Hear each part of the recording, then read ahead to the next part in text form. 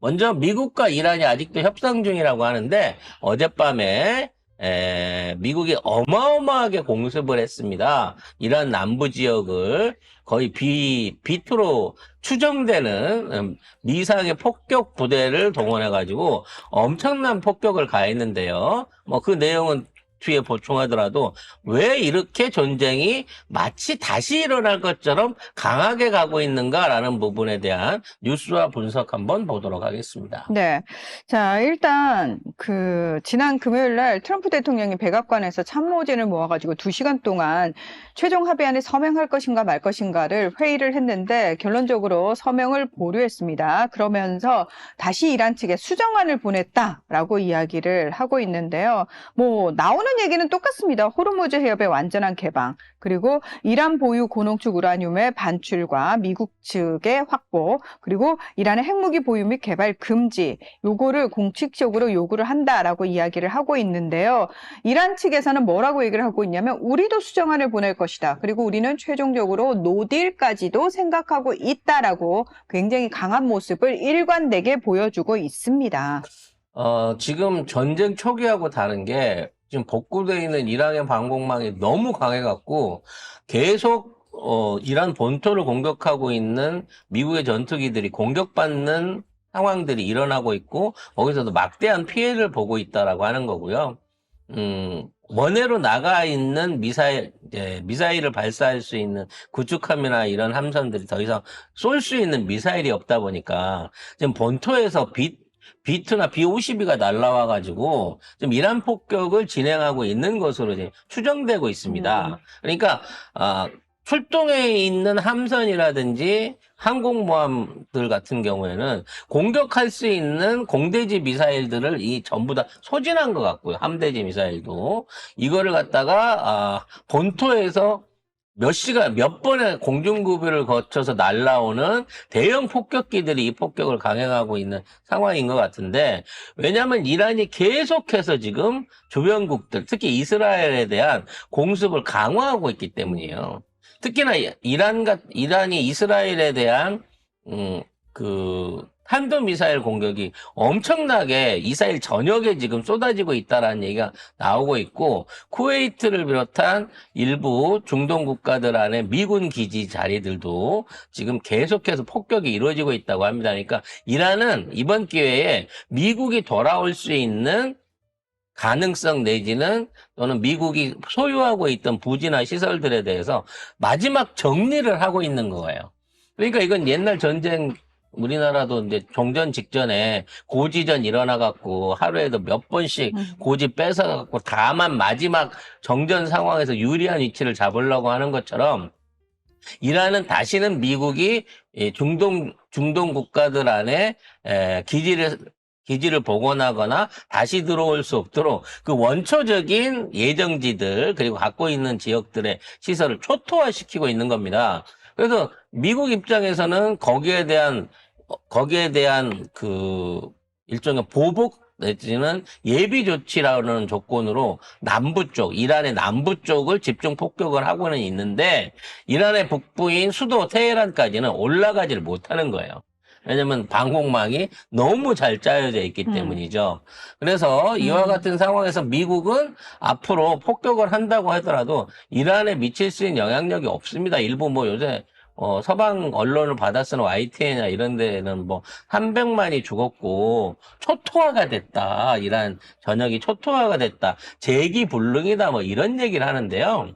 애초에 이란은 30년 넘게 전쟁 국가로서 준비를 해왔기 때문에 그만한 인명 피해를 낼 수 있을 만큼 어떤 그 지역 주민들이 모여 있거나 생각 없이 공습을 당하고 그런 피해가 날 수 있는 상황이 아니에요.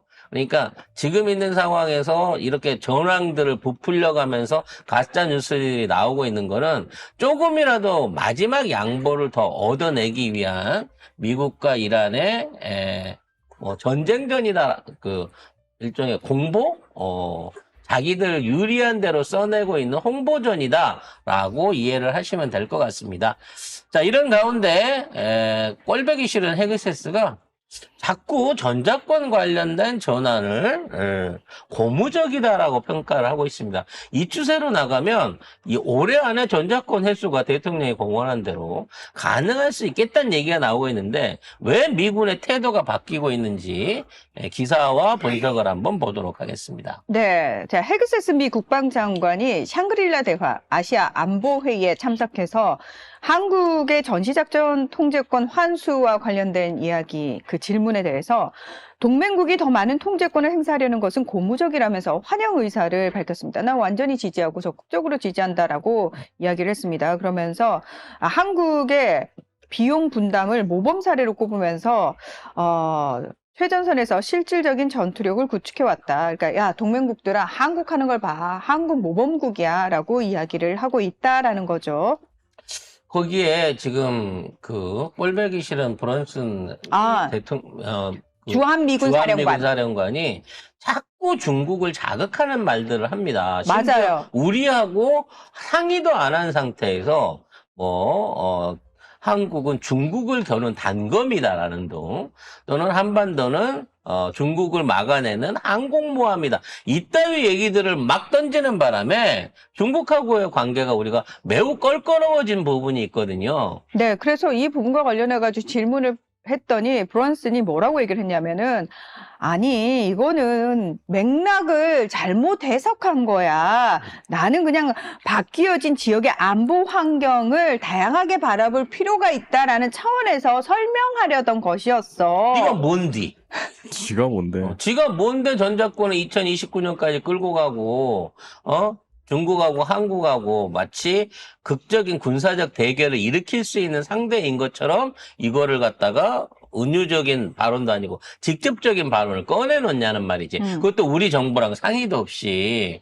이래서 전자권이 빨리 회수가 돼야 되는 거예요. 그렇습니다. 왜냐면 이게 전자권이 미국에 있는 상황이면 미국과 중국 또는 뭐 대만의 문제로 인해 갖고 전시 상황이 발생하게 되면 결과적으로 미군의 지휘에서 우리 군이 군대에 투입될 수밖에 없는 상황이 생기는 거야. 그래서 우리 정부는 11월 미 중간선거 전까지 무조건 이 부분을 다 마무리 짓는다는 상황이에요. 그래서 실무회의가 이달 초에 3일과 4일 이틀 동안 서울에서 열리거든요. 실무진들이 온다는 얘기인데 첫 번째 공식 회의예요. 근데 우리가 보통 공식 회의는 서로 인사하는 자리잖아요. 아니라는 거예요. 인사 다 끝났어. 첫 번째 공식 회의에서 굉장히 속도를 빠르게 가져갈 거라는 거예요. 우리 정부는. 대표단은 오늘 도착을 한다고 합니다. 아마 오늘 오후 늦게 도착을 하겠죠. 하루 정도 쉬는 기간 동안에 웬만큼 조율을 맞춰놓은 상태에서 매우 빠르게 이 일을 진행할 가능성이 높습니다. 왜 그러냐면 지금 트럼프의 입장하고 미 국무부 또는 국방부 내부에는 매파들의 입장이 다르거든요. 그래서 지금 있는 상황에서 트럼프가 주한미군을 빼려고 하더라도 의회의 승인을 받아야 되고 그거에 대한 거를 밀고 가기가 힘들어요. 이런 상황에서 중국이랑 대만이랑 무슨 사태가 생기면 사실 시진핑하고 이번에 만나서 약속할 때 개입 안 하는 쪽으로 어느 정도 약속을 했을 거란 말이죠.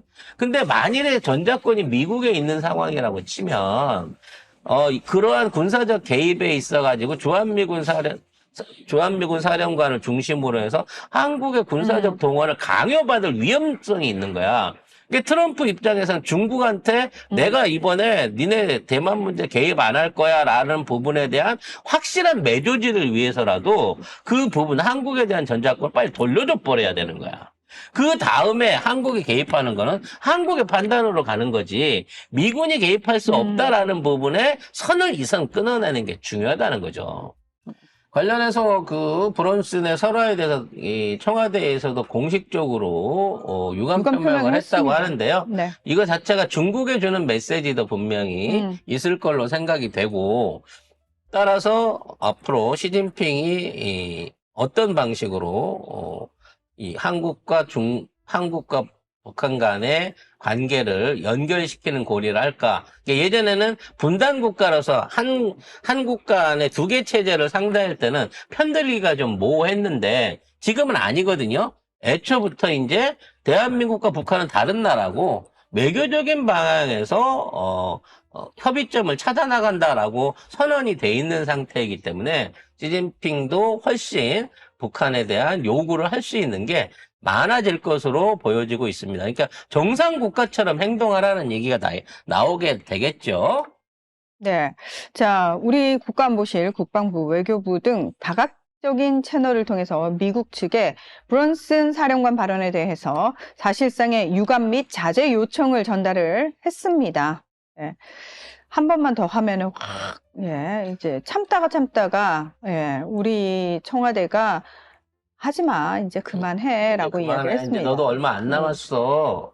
네가 여기 좋아서 계속 이 짱 박혀 있고 싶은 건 알겠는데 조만간 너 간두고 본국 들어가야 쓰겄다. 네가 한국에나 있으니까 흑인으로 대통령 하는 거지. 사령관 하는 어, 거지. 아니 사령관 하는 거지. 이 본부로 들어가게 되면 헤그세스가 너부터 제일 먼저 자를 거야. 네. 니들 지금 군부 내에서 흑인, 소수민족, 네, 여성. 소수자 이런 그 제일 먼저 잘려나가고 네. 있거든요. 그래서 얘는 지금 안 잘리려고 발악을 하고 있는 상황인 건데 그냥 돌려보내기만 하면 바로 개운하게 군복 벗을 수 있게 될 겁니다.